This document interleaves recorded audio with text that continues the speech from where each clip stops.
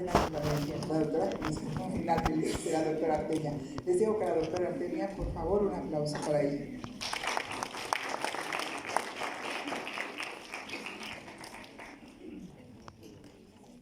Hola, buenas tardes a todos. Bienvenidos los que vienen de los centros de salud y pues también los que son de casa. Me gustaría saber, levanten la mano todos los que vienen de centros de salud. Perfecto. Ok, de ustedes que vienen de centros de salud, aproximadamente ¿cuántas mujeres embarazadas atienden al día?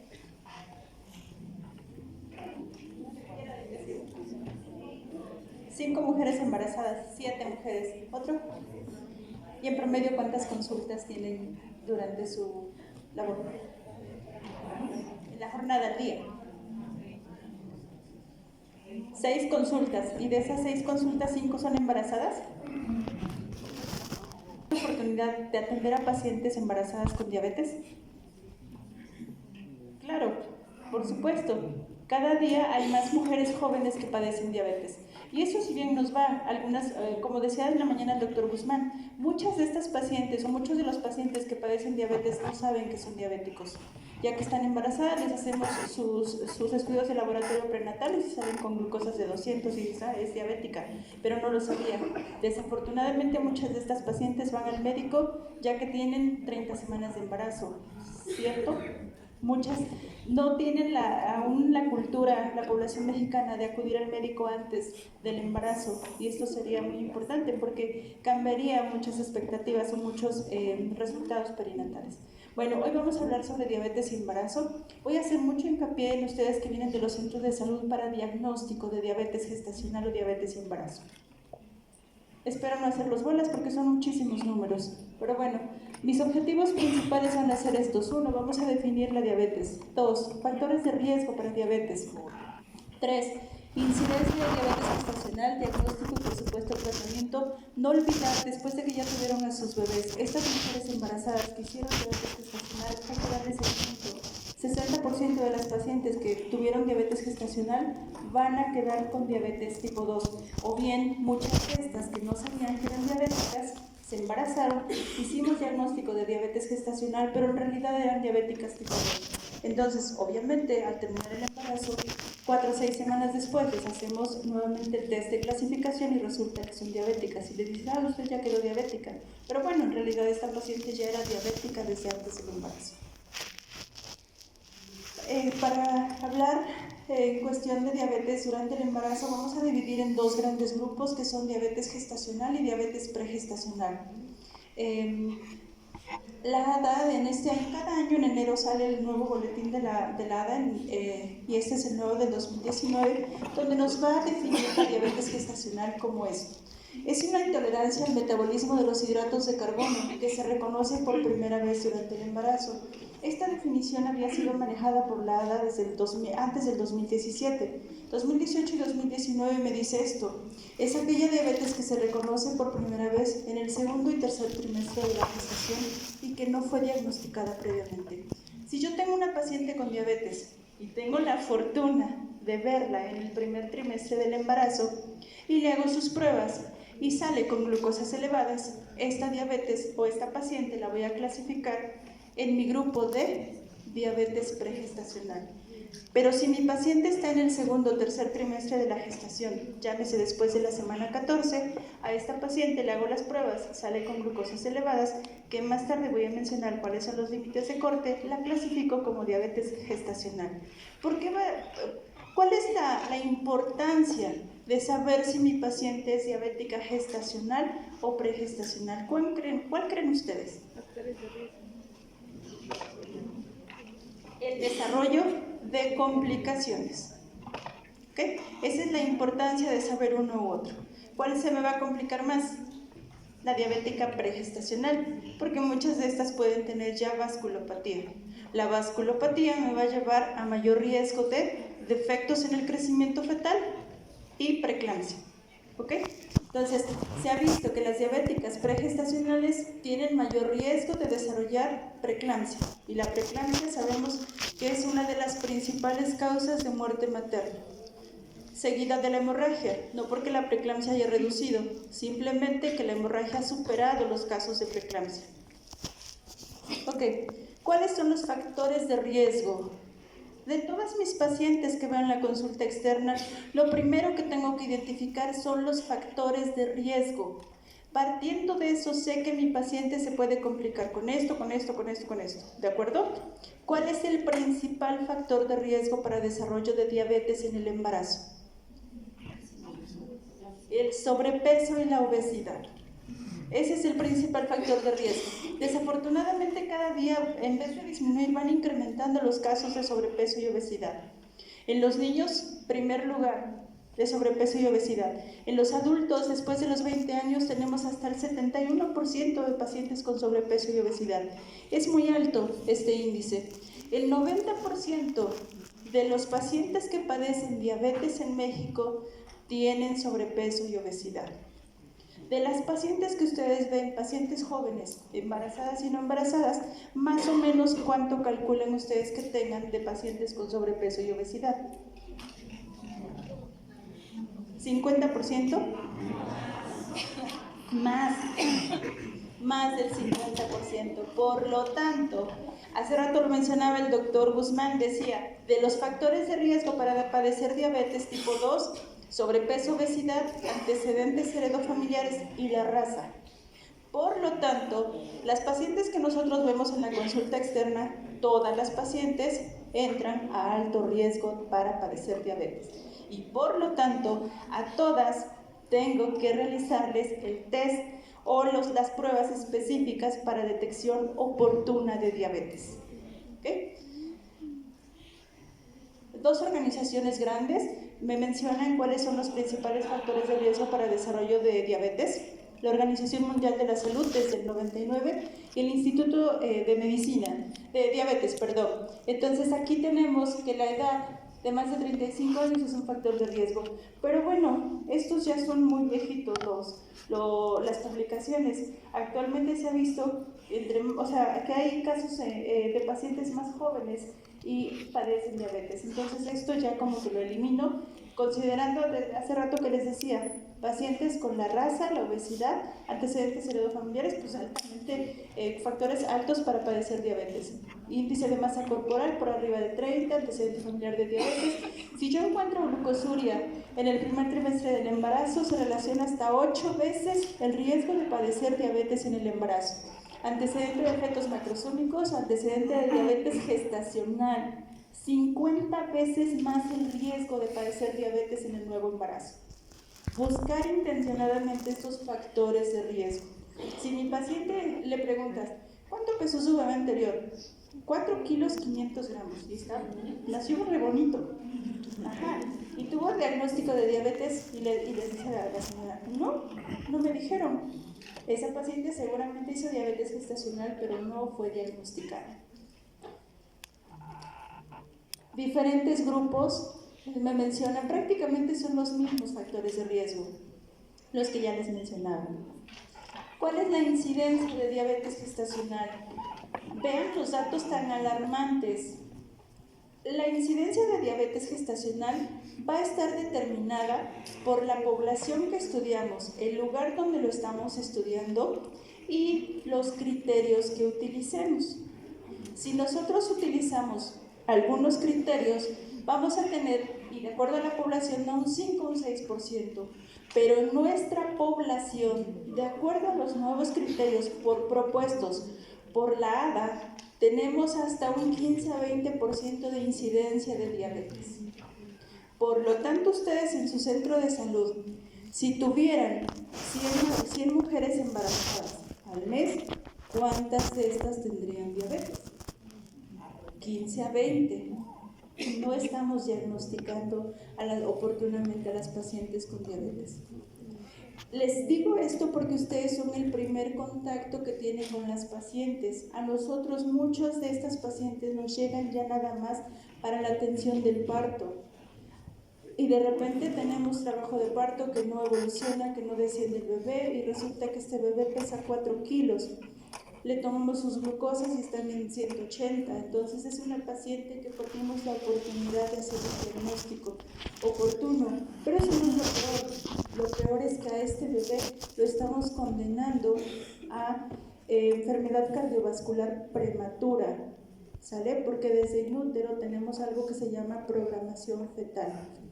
Si el feto en su vida intrauterina obviamente tiene alteraciones como insuficiencia placentaria o tiene diabetes gestacional la madre, a futuro este feto va a estar condicionado a que desarrolle enfermedades del adulto, que a lo mejor le iba a tener a los 50, pues no, este feto le va a tener a los 20 años, bueno, este joven, ¿sale? Entonces es importante hacer el diagnóstico oportuno.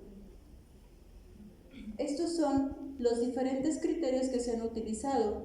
Muchos de ustedes seguimos utilizando los criterios de Carpenter y Constant, que salieron o se propusieron desde 1982. Los criterios que actualmente propone la ADA, la ADA los aceptó desde el 2016, pero tras un estudio que se realizó desde el 2008. Entonces tuvieron que pasar 18 años aproximadamente para que el ADA diga, bueno, está bien, vamos a aceptar estos criterios porque parece que disminuimos los riesgos de mortalidad en el neonato y en el feto. Este es el estudio que realizó, el estudio tan sonado que se llama estudio de la APO, resultados de la hiperglucemia y eventos adversos durante el embarazo, donde se realizaron aproximadamente 23.316 pacientes, pero fue un grupo de estudio muy amplio. Y en este estudio no solo se verificó las condiciones maternas, sino sobre todo las condiciones fetales y neonatales. Entonces, en base a eso, dijeron, entre más elevadas están los niveles de glucosa, se relacionan con peores resultados adversos. Fetos más grandes, óbitos, hiperbilirubinemias, hipocalcemias, hipoglucemias, etc. Por lo tanto, ellos propusieron los límites de corte aquí. En ayuno, 92, a la hora 180 y a las 2 horas de 153. ¿Ok? Esos son los límites o los puntos de corte actuales que se proponen para diagnóstico de diabetes gestacional.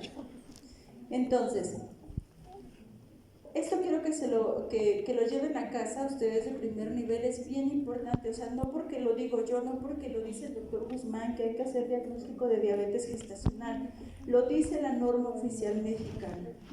Y aquí está el numeral donde la norma oficial mexicana especifica que a todas nuestras mujeres embarazadas hay que realizarles el diagnóstico, hay que hacerles el tamizaje de diabetes gestacional entre la semana 24 a 28. Y las mujeres que tienen más riesgo de desarrollar diabetes gestacional, incluso lo podemos hacer desde antes. ¿Cuáles son estas estrategias para tamizaje de diabetes? Estrategia de un paso. En la estrategia de un paso, voy a citar a mi paciente, tras un ayuno de 8 horas, le voy a dar una carga de glucosa de 75 gramos y le voy a hacer 3 mediciones. La medición antes de la ingesta de glucosa, que es la basal, la medición a la hora después de la ingesta de glucosa y a las 2 horas. Si mi paciente tiene uno de estos valores alterados, con uno solo, mi paciente tiene diagnóstico de diabetes gestacional. ¿Sale? Con uno solo. Previamente, con los criterios de Carpenter y Constant, decían que con un valor el diagnóstico era intolerancia a carbohidratos, con 2 valores, diagnóstico de diabetes gestacional. Pero finalmente, intolerancia a carbohidratos o diabetes gestacional, las metas eran prácticamente las mismas y la morbimortalidad fetal era alta, comparado con mujeres sin diagnóstico de diabetes gestacional. ¿Sale? Entonces, grábense muy bien estos puntos de corte, 92, 180 y 153, posterior a la carga de 75 gramos de glucosa negra. ¿Ok? No perdamos el tiempo con el diagnóstico o la estrategia de 2 pasos. Aquí en la estrategia de 2 pasos vamos a dar primero una carga de 50 gramos y si la paciente sale con un test positivo, me voy a la curva de tolerancia a la glucosa. Entonces aquí ya ni les voy a mencionar porque esta estrategia nosotros en la clínica de diabetes no la llevamos a cabo, porque nos hace perder tiempo, nos hace perder pacientes con un diagnóstico que a lo mejor en algún momento pudiera ser más oportuno y por lo tanto no la llevamos a cabo, porque aparte perderíamos pacientes que nos pudieran estar haciendo diabetes más adelante en el embarazo y sobre todo las pacientes que tendríamos más fetos macrosómicos, mayor mortalidad. Además de que recuerden que dijimos que nosotros somos una raza de riesgo, ¿sale? Por lo tanto, no perdamos el tiempo en eso. ¿Qué pasa si mi paciente me llega en el primer trimestre del embarazo? Bueno, pues la forma de hacer diagnóstico de diabetes, se los pongo aquí al final, es esta. Esta es la forma de hacer diagnóstico para diabetes pregestacional, pero eso también previamente ya lo habíamos visto. ¿Ok? Si yo tengo una paciente en el primer trimestre y le realizo una curva de tolerancia a la glucosa, entonces voy a tomar en cuenta estos valores: glucosa en ayuno mayor o igual a 126 y glucosa plasmática al azar o después de 2 horas de una carga de 75 gramos mayor o igual a 200, con una hemoglobina glucosilada en 6.5. ¿Se acuerdan hace rato cuál era el punto de corte, o más bien, cuándo se le consideraba controlado un paciente con diabetes tipo 2, con hemoglobina glucosilada? De 7. ¿Y en la mujer embarazada? Mucho más estrictos. Por abajo de 6 es la meta terapéutica en una mujer embarazada. Bueno, después de... ¿Nosotros qué estamos haciendo en la clínica de diabetes? Este es un algoritmo que nosotros llevamos a cabo que es muy aplicable a toda la población y ustedes también lo pueden realizar en los centros de salud. Este algoritmo viene en la guía de práctica clínica. Nosotros hicimos un pequeño ajuste, pero es mínimo lo que hicimos en nuestra clínica de diabetes, pero esto es lo que ustedes pueden y deben hacer en su centro de salud. Si yo tengo una primera visita prenatal menor de 13 semanas, le tomo una glucosa en ayuno y sale en 200, ¿qué le digo? Usted es diabética pregestacional, viene en menos de 13 semanas. Entonces, si yo tengo una glucosa en ayuno por menor de 92 y la paciente es de bajo riesgo, bueno, seguramente esta paciente no me va a hacer diabetes, pero ¿qué pasa en nuestra población? Todas son de riesgo. ¿Okay? Entonces esto, pues no. Si yo tengo una paciente que tiene una glucosa en ayuno mayor de 92, pero menor de 126, le hago una hemoglobina glicada. Si esta es mayor de 6.5 o curva de tolerancia a la glucosa alterada, le digo que es diabética pregestacional. Pero si mi glucosa en ayuno está por arriba o igual a 126, también es diagnóstico de diabetes pregestacional. Ok, ahora, ¿qué ocurre con aquellas pacientes que llegan de más de 13 semanas de embarazo? Tienen factores de riesgo a todas nuestras pacientes, ¿ok? Si yo le voy a realizar en ese momento una curva de tolerancia a la glucosa. La norma oficial mexicana me decía que me esperara en la semana 24-28 en aquellas pacientes que no tenían factores de riesgo tan altos. Pero en aquellas que tienen muchos factores de riesgo para diabetes, le hago la curva de tolerancia desde la primera visita prenatal. Si mi paciente tiene 18 semanas de embarazo, le voy a hacer la curva de tolerancia a la glucosa, no esperarme hasta la semana 24-28. En ese momento le hago la curva. Si la curva está alterada, la paciente tiene diagnóstico de diabetes gestacional. Si mi paciente tiene muchos factores de riesgo y en la semana 18 me sale una curva normal, ya le digo, ¿ustedes normal no tiene diabetes gestacional? No. Me espero nuevamente repetirlo en la semana 24-28. ¿Por qué en la semana 24-28? Bueno, pues porque en este momento es cuando tenemos el pico máximo de las hormonas progrucemiantes que son condicionadas o son elaboradas más bien por la placenta. ¿Ok? Entonces, ese es el algoritmo. No sé si tengan alguna duda en este momento. ¿Vamos bien? Ok, no quiero que se pierdan ahí. Entonces, ¿qué voy a hacer o cuál va a ser mi control prenatal en estas pacientes con diagnóstico de diabetes y embarazo? Desde la primera consulta prenatal, y si es diabética pregestacional y me llegó en el primer trimestre del embarazo o en el momento en el que me llegue, tengo que hacer esto. Valoración de fondo de ojo para búsqueda de microvasculopatías. Pruebas de función renal. Aquí se aplica lo de la proteinuria de 24 horas. ¿Se acuerdan la principal complicación que les dije que tenían las diabéticas tipo 2 en el embarazo? La preeclampsia, ¿se acuerdan? Entonces, desde aquí hay que ver la función renal, no porque en el primer trimestre las pacientes tengan preeclampsia, sino porque voy a tener una proteinuria basal, es decir, una proteinuria en el primer trimestre que no me va a confundir en una proteinuria del tercer trimestre. Si mi paciente no tiene una proteinuria previa y en el tercer trimestre resulta que está tirando 800 miligramos en 24 horas de proteínas, voy a decir, ¿tiene preeclampsia o es propia de la vasculopatía por diabetes? ¿Me explico? Entonces es importante determinar una proteinuria basal en estas pacientes con diabetes pregestacional. Valoración de la función tiroidea. Nuestras pacientes que más desarrollan disfunción tiroidea o hipotiroidismo son las diabéticas tipo 1, pero también tenemos una alta incidencia de hipotiroidismo subclínico en las pacientes diabéticas tipo 2. Las pacientes que son gorditas tienen mayor riesgo de tener esta patología.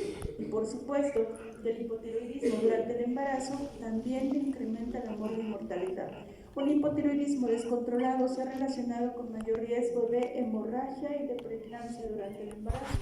Por lo tanto, búsqueda intencionada de disfunción tiroidea.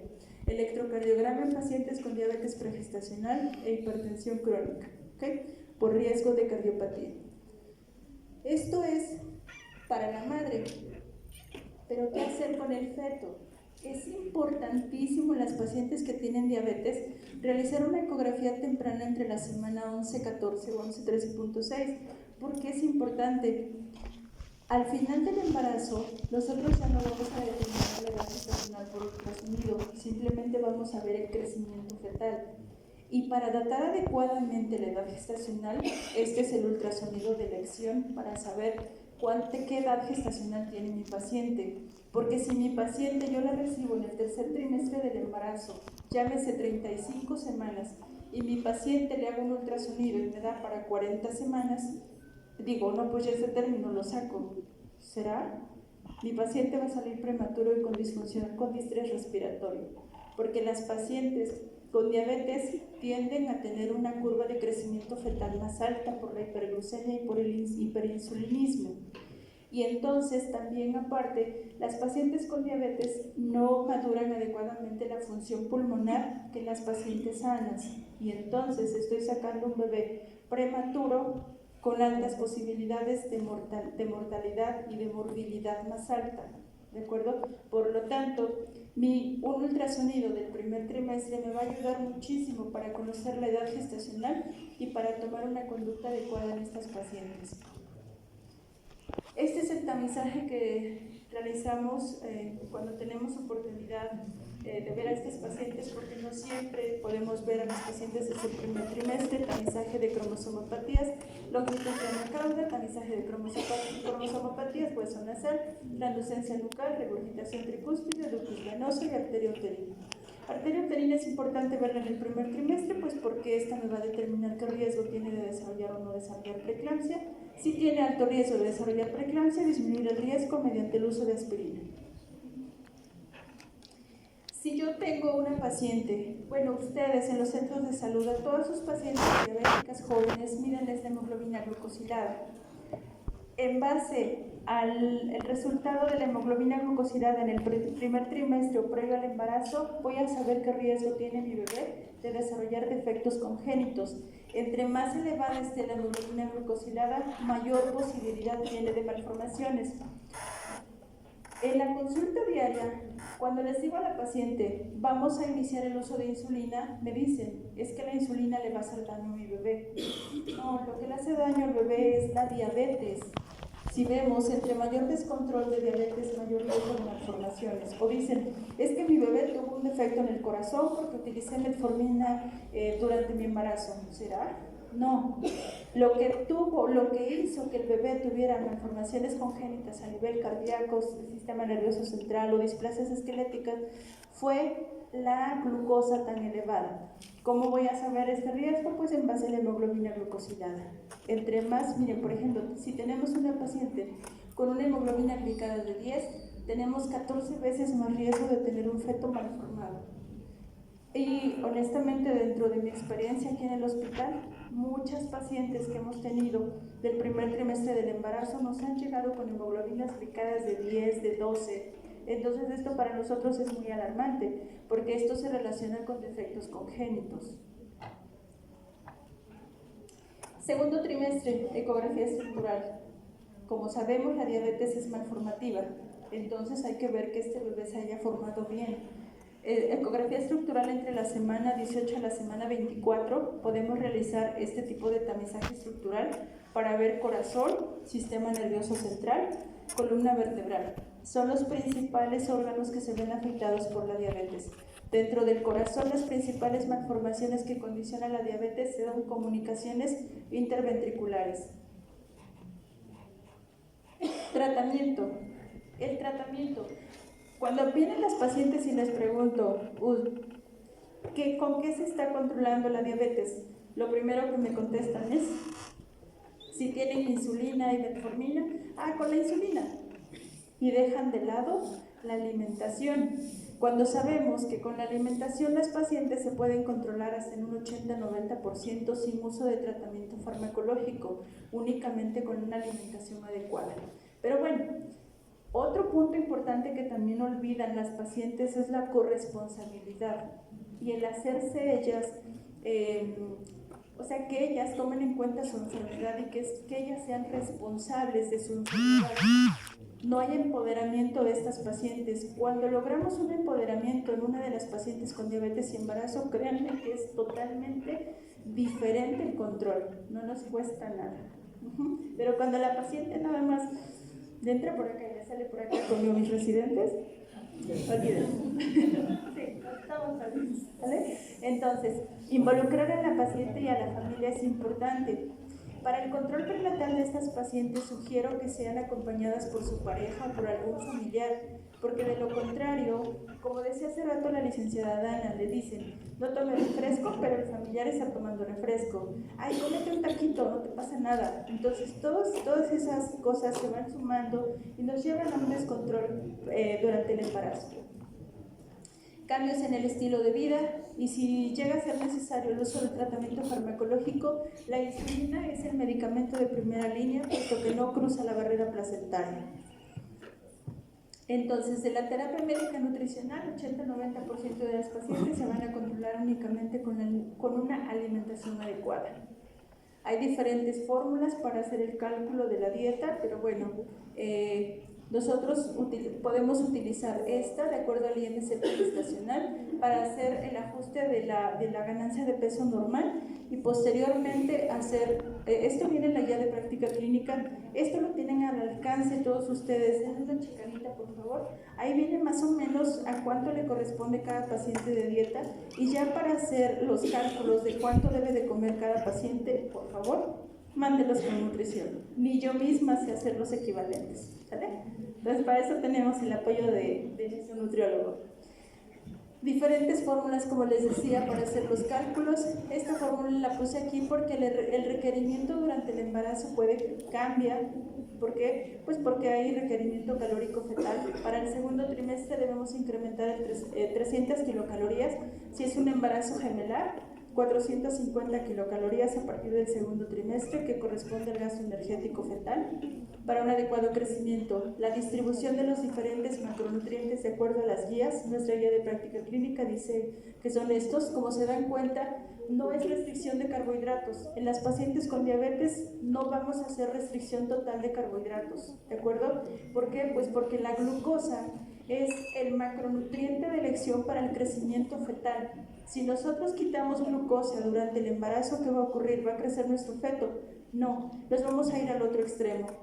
Dietas por abajo de 1500 kilocalorías, como algunos hospitales manejan todavía dietas de 1500 a 1600 kilocalorías, incluso las tienen así ya como de cajón, como receta. No están recomendadas durante el embarazo porque nos inducen a dietas cetogénicas y por lo tanto nos llevan a un defecto en el crecimiento en el feto, a tener mayor riesgo de mortalidad incluso en el feto. Por lo tanto, estarían recomendadas una dieta moderada de 1600 a 1800 kilocalorías. Como les decía, el tratamiento farmacológico, el de primera elección, insulina, pero podemos utilizar también metformina. Glibenclamida, no glibenclamida durante el embarazo. Ustedes que están en el centro de salud, si les llega una paciente ya utilizando metformina, ¿se lo van a quitar?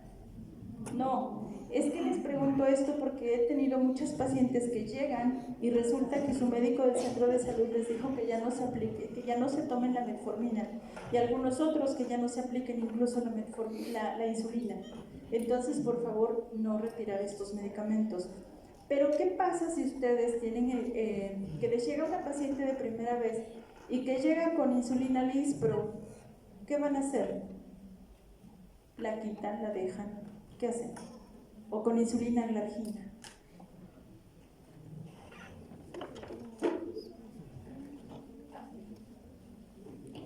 Continúa. Perfecto. Y lo que tienen que hacer es referirlas inmediatamente.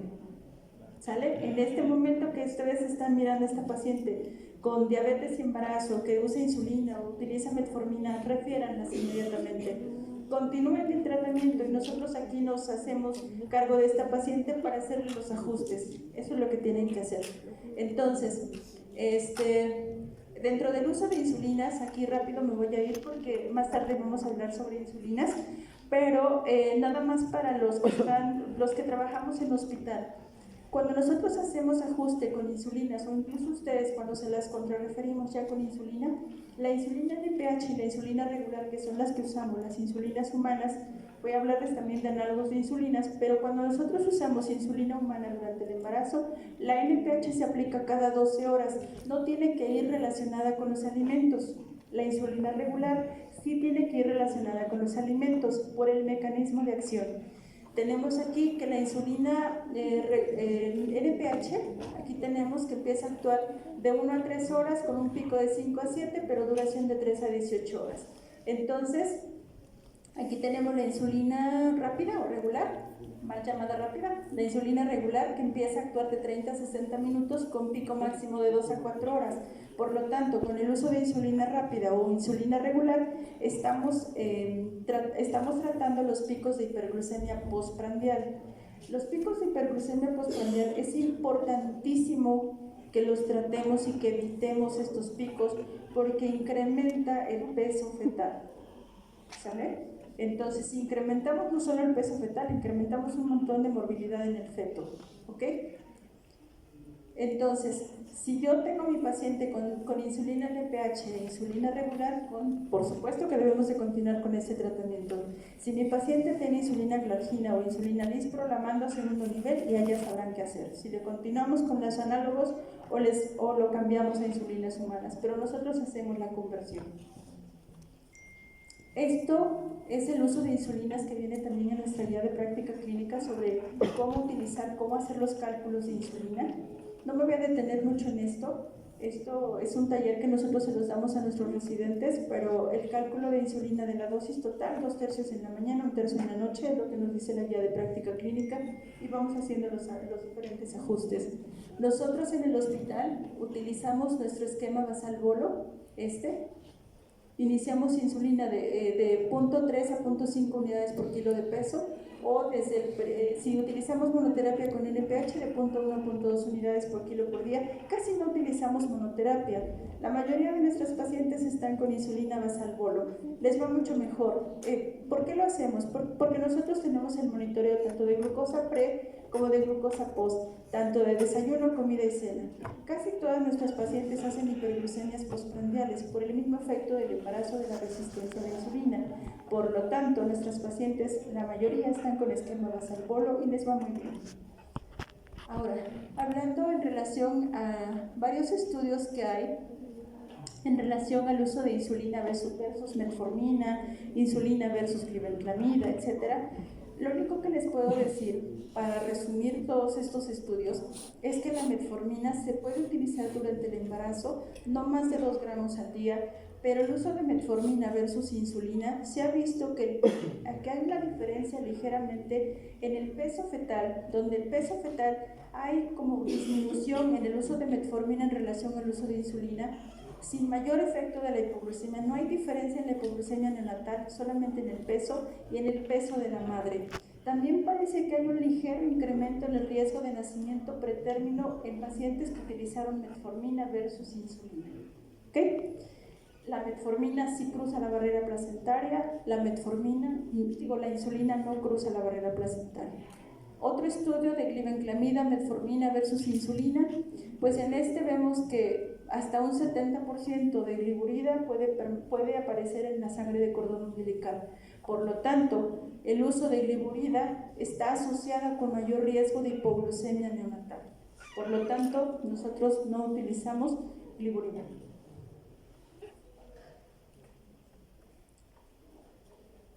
Aquí, uso de análogos de insulina durante el embarazo. Aquí también quiero resumir. El uso de análogos de insulina me refiero a la insulina Lispro, a la insulina Detemir, a la insulina Glargina. ¿Cuál es mejor, las insulinas humanas o los análogos de la insulina? Durante el embarazo, ¿podemos utilizar análogos? Sí. ¿Debemos utilizar insulinas humanas? Sí. El de primera elección son las insulinas humanas. Los análogos de la insulina, realmente hay pocos estudios que fundamenten el uso de este. Es decir, no son tan grandes y el diseño de los estudios no está tan bien realizado como para decir es mejor utilizar análogos de insulina a utilizar insulinas humanas. Por lo tanto, es mejor utilizar insulinas humanas y no análogos de la insulina. Ahora, si mi paciente está bien controlada con análogos de insulina, adelante, tampoco parece que hay un efecto negativo en el feto o en la madre para que se utilicen. Entonces ustedes déjenles esas insulinas y envíenlas al segundo nivel y nosotros aquí hacemos el ajuste de insulinas humanas y si no se controla, muy pocas veces hemos utilizado análogos. Glargina hemos utilizado, pero una paciente hemos tenido. De todas las pacientes que nosotros tenemos en control prenatal, solo una ha requerido glargina. Por lo tanto, continúenlas ustedes y nosotros aquí hacemos los ajustes. Metas terapéuticas. Las metas van a cambiar muchísimo con respecto a los pacientes que no tienen embarazo. Aquí somos muy estrictos por el feto principalmente. Aquí sí, si yo tengo una paciente con glucosa en ayuno o preprandio por arriba de 110, hago ajustes. Veo con nutrición, nosotros hacemos los ajustes, etc. Pero no permitimos glucosas por arriba de 95 en ayuno o preprandio. A la hora debe ser menor de 140, las 2 horas por abajo de 120 y la hemoglobina glicada por abajo o igual a 6. Una hemoglobina glicada mayor a 6 se relaciona con mayor riesgo de óbito, mayor riesgo de macrosomía fetal, mayor riesgo de todas las complicaciones que ya sabemos en el feto y en el neonato. ¿De acuerdo? El control de la paciente con diabetes y embarazo no solamente va centrado al control de la glucosa. La glucosa, las metas que les acabo de mencionar, más aparte, hemoglobina glicada por abajo de 6, en algunos casos por abajo de 6.5, no hipoglucemia, porque a veces se van al otro extremo las pacientes. Hace rato mencionábamos también que algunas pacientes se van al otro extremo. ¿Por qué? Porque en mi centro de salud me dijeron que ya no puedo comer tortilla, ya no puedo tomar, azúcar. Entonces prácticamente quitan todo eso y se la pasan con verduras. Las pacientes que nada más consumen verduras, generalmente nos pueden hacer hipoglucemia y eso también es riesgoso para el embarazo. Ayuno por abajo de 95, lo que les decía de la glucosa, pero por otro lado también debemos de ver el crecimiento fetal y la cantidad de líquido amniótico. Eso es muy importante para saber si mi paciente está bien controlada o no está controlada. ¿Por qué? Porque mi paciente que está descontrolada va a tener una curva de crecimiento fetal más alta, por arriba del percentil 90 para la edad gestacional, y un índice de líquido amniótico mayor. A veces hemos tenido pacientes que llegan con diagnóstico de polidramios y buscamos la causa y resulta que la causa es una diabetes no diagnosticada. Entonces es importante conocer esto. Manejo de la hipoglucemia, ya hace rato lo mencionaba la licenciada Dana, creo que ahí no hay mayor problema. Esto es para uso hospitalario en pacientes que tenemos hospitalizadas y que tienen riesgo inminente de nacimiento prematuro. Estos son los ajustes que se recomiendan en el uso de insulina, porque esas pacientes por el uso de esteroides van a aumentar los niveles de glucosa. Acabo de mencionar que el uso de esteroides en las pacientes con diabetes y embarazo, eso llévenselo también para ustedes, solamente están indicados en pacientes con riesgo inminente de nacimiento pretérmino. El uso de esteroides no es como dar ácido fólico a las pacientes embarazadas, y menos en las pacientes con diabetes, ¿sale? Porque muchas pacientes que vienen de los centros de salud les indican su betametasona, su dexametasona. ¿Y por qué? Pues porque si a lo mejor van a nacer antes mi bebé.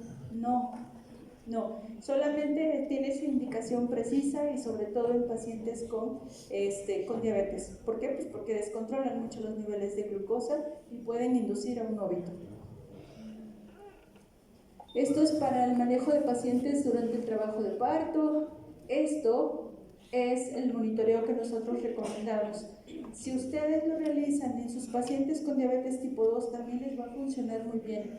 La educación en diabetes es el pilar en el manejo de nuestras pacientes o nuestros pacientes con diabetes. Y el automonitoreo mejora mucho los resultados perinatales. Más del 80% podemos tener mejoría si la paciente está educada en el automonitoreo. ¿Cómo nosotros les recomendamos el automonitoreo? A todas nuestras pacientes con diabetes y embarazo en nuestra clínica les recomendamos que se chequen la glucosa antes de desayunar y 2 horas después de desayunar un día, al siguiente día antes de comer y 2 horas después de comer, al día siguiente antes de cenar y 2 horas después de cenar, y así las tenemos, con 2 piquetes al día. Llegan a nuestro control y vemos el porcentaje de control o descontrol. Por arriba del 80% dentro de metas terapéuticas de glucosa, consideramos a nuestra paciente como controlada. Esto, por favor, es importante. Llévenselo, creo que es algo sencillo y creo que lo pueden hacer.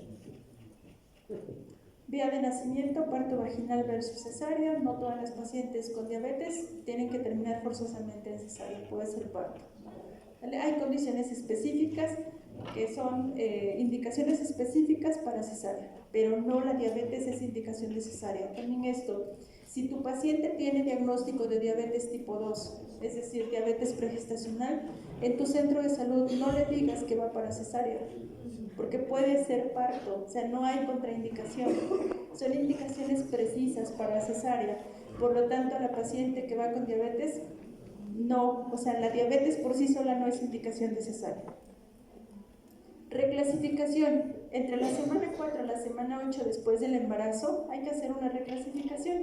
¿Cómo hago la reclasificación? Mediante este algoritmo. O bien le hago una curva de tolerancia a la glucosa, igual con 75 gramos, y lo mido antes, o sea, la basal, y 2 horas después. Si la basal está por arriba de 126 o 2 horas después está por arriba de 200, hago diagnóstico de diabetes tipo 2. La paciente con diabetes gestacional tiene mayor riesgo de desarrollar diabetes tipo 2. Estos son los integrantes de la clínica de diabetes y no sé si tengan alguna duda, porque esto sí me interesa muchísimo que quede muy claro. ¿Alguna duda que tengan? Una pregunta, en pacientes con diabetes, ¿qué tan útil sería el índice de infertilidad de las pacientes uterinas en el ultrasonido para sospecha de metaplasia? Ok. Como mencionaba durante la plática, en el primer trimestre del embarazo a todas las pacientes con diabetes, diabetes o sin diabetes, se les debe de realizar el tamizaje para